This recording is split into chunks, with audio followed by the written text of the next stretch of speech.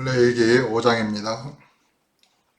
만일 누구든지 저주하는 소리를 듣고서도 증인이 되어 그가 본 것이나 알고 있는 것을 알리지 아니하면 그는 자기의 죄를 져야 할 것이요 그 허물이 그에게로 돌아갈 것이며,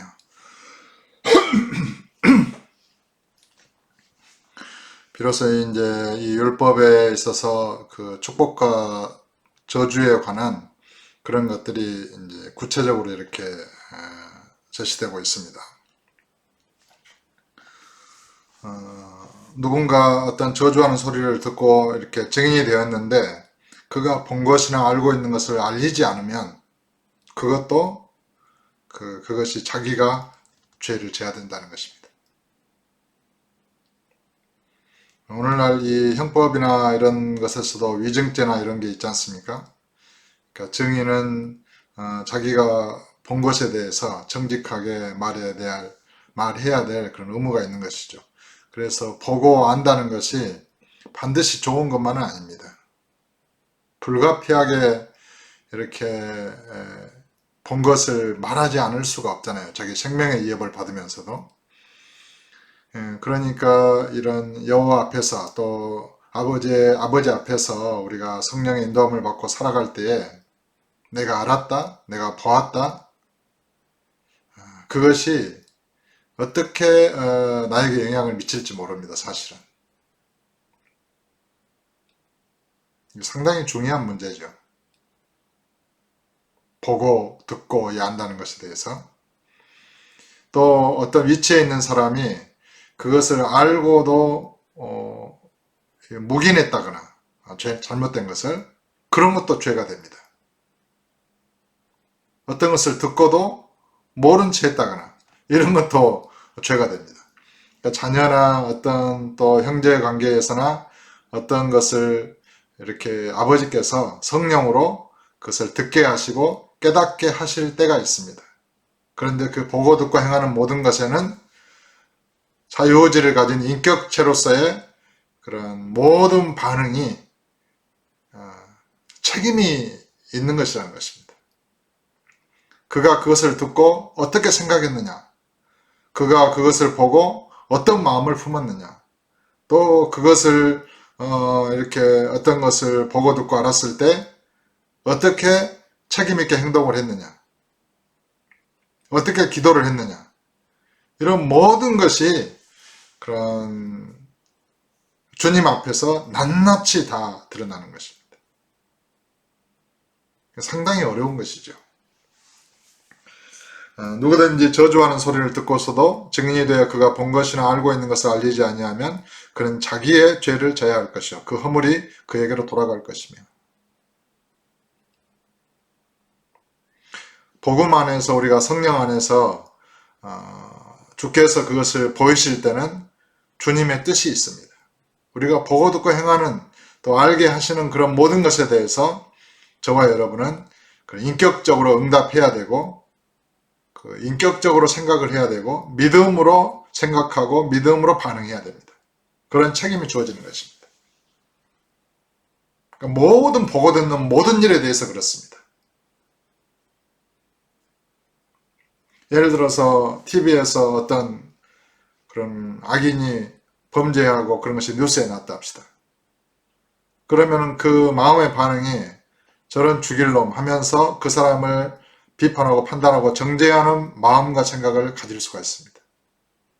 그러면은 내가 바로 그러한 악인보다, 죄인보다 더 악한 죄인이다라고 고백했던 고백이 무색해지잖아요. 그러니까 그런 마음과 생각을 품는 것만으로도 악한 마귀나 영이 저와 여러분의 마음에 틈타는 요소가 될 수 있는 것입니다. 그것이 순식간에 일어납니다. 그러니까 얼마나 우리가 깨어 기도해야 되겠습니까? 쉬지 말고 기도하라. 주님께서는 이렇게 말씀하셨죠. 그러니까 성령 안에서 우리가 깨어 기도한다는 것은 그런 사람의 힘으로서는 불가능한 것입니다. 사실은. 육체의 무의식의 부분, 또 속사람의 전 존재 부분을 성령께서 임재하시고 충만하실 때라야 성령의 능력 안에서, 그 권능 안에서 우리가 모든 악한 것들을 분별하고 아버지의 선하신 뜻대로 생각하고 그 뜻을 믿음으로 받아들이고 기뻐하고 감사하면서 주의 뜻을 이룰 수 있는 것입니다. 아무쪼록 믿음과 성령으로 충만한 저와 여러분 되기 위하여 끊임없이 말씀을 읽고 기도해야 될 줄로 믿습니다. 2절입니다. 만일 누구든지 부정한 것들 곧 부정한 들짐승의 사체나 부정한 가축의 사체나 죽은 시체를 말하는 것이죠. 사체. 부정한 곤충의 사체를 만졌으면 부지중이라고 할지라도 그 몸이 더러워져서 허물이 있을 것이요. 이 죽어있는 것들은 들짐승이든지 가축이든지 곤충이든지 그것을 모르고 만졌다 할지라도 그 몸이 더러워져서 허물이 있을 거라는 것입니다. 죽음은 생명의 주님과는 반대편에 있는 것이죠. 그러니까 죽는 시체에 닿는 것만으로도 부정하다고 여겨지는 것입니다. 이것이 물론 과학적으로 바이러스나 박테리아나 이런 감염 어떤 그런 것과도 연관이 있을 수 있고 또 거룩하신 우리 아버지 앞에서 이런 죽음은 생명의 우리 주님과는 정반대편에 있는 것으로서 악한 것으로 더러운 것으로 여겨지는 것입니다. 또 3절에 만일 부지 중에 어떤 사람의 부정에 닿았는데 그 사람의 부정이 어떠한 부정이든지 그것을 깨달았을 때는 허물이 있을 것이요.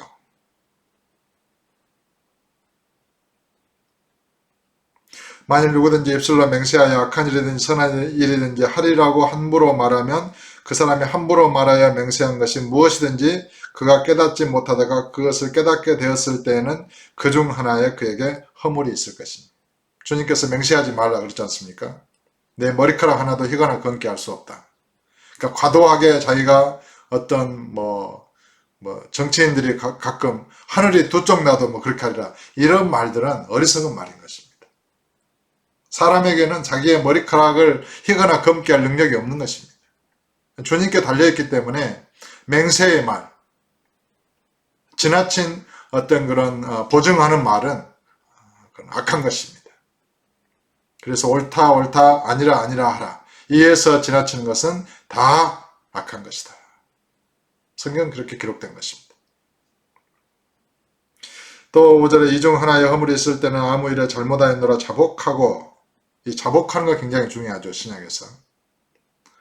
하나님 아버지는 미쁘시기 때문에 죄를 자복하고 버리는 자를 기뻐하십니다. 그런데 어떤 사람은 그걸 못하더라고요.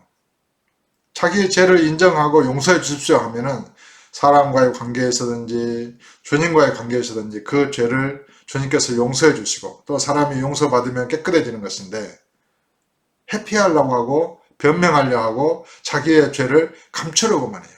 그러면 자기가 의로워지는 줄로 생각하나 봐요. 어리석은 것이죠. 잘못하였노라 자복하고 이게 굉장히 중요한 것입니다.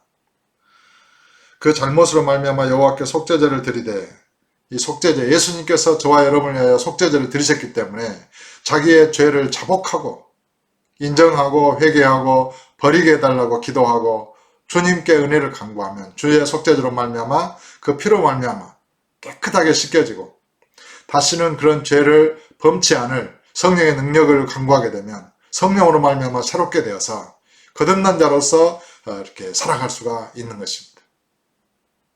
그것이 어려운 것이 아닙니다. 죄를 자복하고 그 죄를 버리게 해달라고 기도하고 다시는 죄를 범치 않게 해달라고 기도하고 성령의 능력과 권능을 구해서 그 죄악을 이기고 속사람이 성장하게 해달라고 기도하면 아버지께서 그것을 어찌 기뻐 받으시지 않겠습니까? 아버지께서 기뻐하시는 기도를 하게 된다면 그것은 이미 이루어져 있는 것입니다. 그러니까 죄를 이기는 힘은 죄를 자복한다는 것. 내가 그렇게 죄를 지었습니다. 내가 그러한 죄인입니다. 죄 십자가의 죽음으로 이걸 죽이시고 주님과 함께 거듭난 자로 살게 해주십시오. 주의 성령의 권능으로 힘있게 하셔서 이런 죄악에 다시는 넘어지지 않게 해주십시오. 죄를 자복하고 성령의 권능을 구하는 것입니다. 자복하고 기도를 해야 돼요. 근데 어떤 사람은 자기의 죄를 자복하는 것은 뒷전으로 하고 그 죄를 이렇게 그런 내가 왜 죄를 지었지 자기를 자책한다든가 또 그 죄를 이렇게 자기 힘으로 이기려고 막 기도를 하는 경우가 있어요. 이 죄를 이기게 해주십시오. 자기 의지를 강화시키는 거예요. 이거는 안 되는 것입니다. 나로서는 내가 이 죄인입니다. 나로서는 이 죄에 대해서 죽지 않고서는 해결할 수 없습니다. 반드시 속죄죄라고 하는 것은 죽음을 의미하는 거예요. 죄의 삭은 죽음이기 때문에 어떤 허물이나 죄든지 주님 앞에 기도할 때는 그 죄를 지은 내가 죽어야 하는 것입니다. 이게 자복과 회개예요. 주의 죽으심을 자기의 죽음으로 받아들여야 되는 것입니다. 그리고 다시 태어나야 돼요. 거듭나야 돼요. 주님과 함께 살리심을 입고 하늘로 올리워진 그 영광의 존재로부터 온전한 나로 다시 태어나야 돼요. 이게 참 사람들은 어려워하는 것이죠. 자기가 죽지 않고 그 죄를 버리고 이기려고 해요. 그거는 자기의 의가 살아있고 자기의 행위의 의의를 추구하기 때문에 절대로 그 죄를 이길 수가 없게 되는 것입니다. 내가 죄를 지었습니다. 그 죄를 지은 나는 죽어야 될랍니다. 죽고 다시 태어나는 것입니다.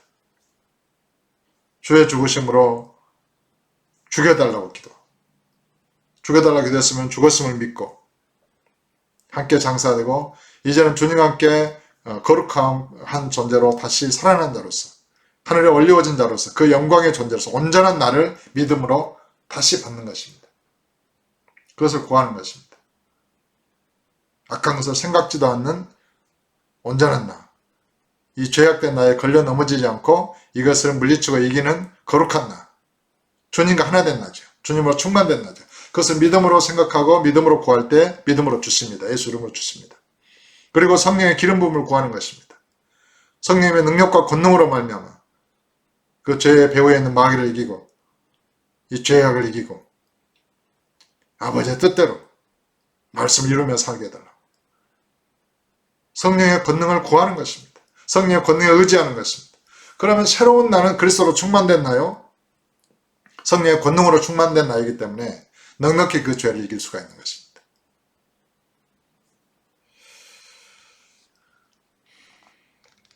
6절입니다. 그 잘못으로 말미암아 여호와께 속죄제를 드리되 양떼의 수컷이 암컷 어린 양이나 염소를 끌어다가 속죄제를 드릴 것이요 제사장은 그의 허물을 위하여 속죄할지니라. 만약 그의 힘이 어린 양을 바치는 데 미치지 못하면 그가 지은 죄를 속죄하기 위하여 산비둘기 2마리나 집비둘기 새끼 2마리를 여호와께로 가져가되 하나는 속죄제물을 삼고 하나는 번제물을 삼아 제사장에게로 가져갈 것이요 제사장은 그 속죄제물을 먼저 드리되 그 머리를 목에서 비틀어 끊고 몸은 아주 쪼개지 말며 그 속죄제물의 피를 제단 곁에 뿌리고 그 남은 피는 제단 밑에 흘릴지니 이는 속죄제요 그 다음 것은 규례대로 번제를 드릴지니 제사장은 그의 잘못을 위하여 속죄한즉 그가 사함을 받으리라.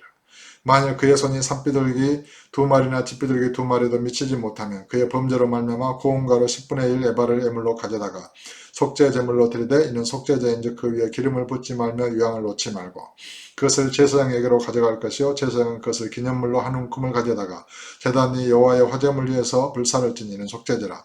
제사장이 그가 이 중에서 하나를 범하여 얻은 허물을 위하여 속죄한즉 그가 사함을 받으리라. 그 나머지는 소제물같이 제사장에게 돌릴지니라.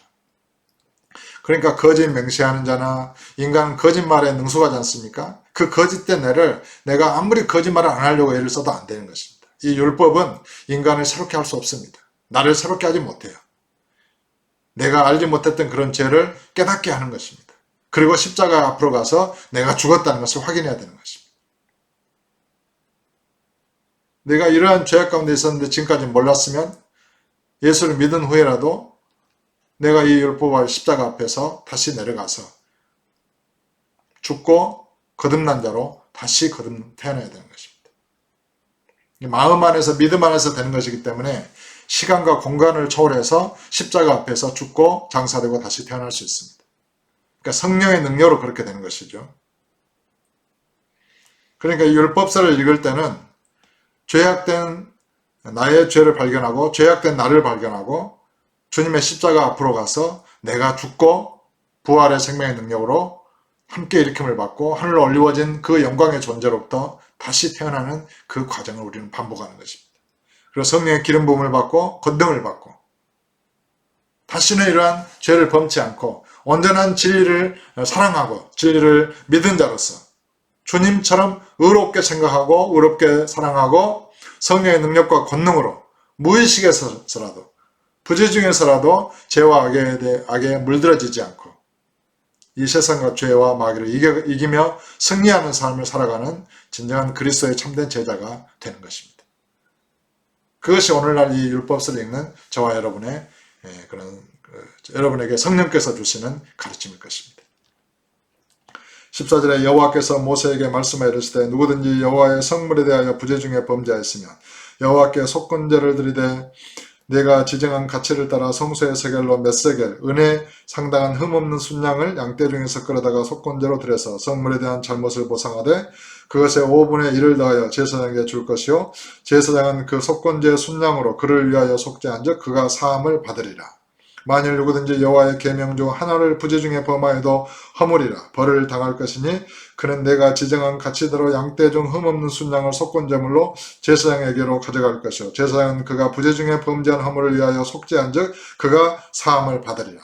이는 속건제니 그가 여호와 앞에 참으로 잘못을 저질렀습니다. 모든 죄에 대해서는 속건제, 속죄제를 드려야 돼요. 그래야 그 짐승의 피로 말미암아 죄가 사해지는 것입니다.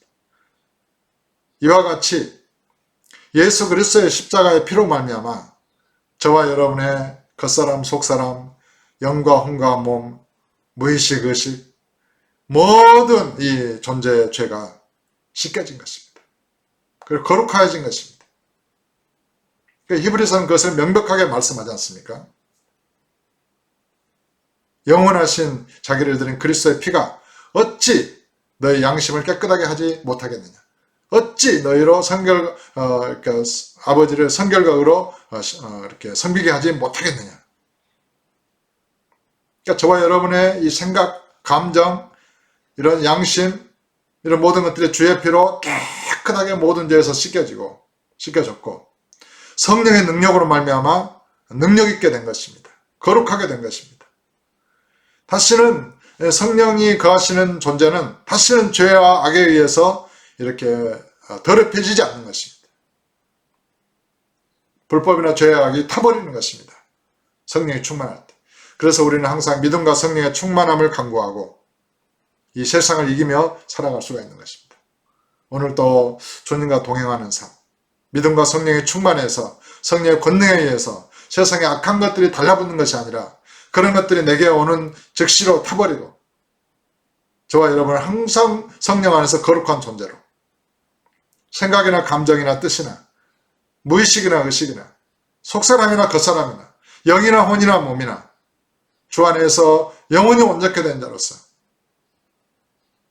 주님과 하나로서 한 영으로서 성령의 열매를 맺고 아버지의 뜻을 이루고 복음을 전파하고 예수 이름으로 악한 영을 마귀를 대적하고 물리치며 눌린 자를 자유케 하고 눈먼 자의 눈을 뜨게 하고 죽은 자를 살리면서 복음을 전파하는 그런 믿음의 삶을 살아가는 것입니다. 오늘 또 예수 이름으로 승리하는 저와 여러분 되시기를 예수 이름으로 축복합니다.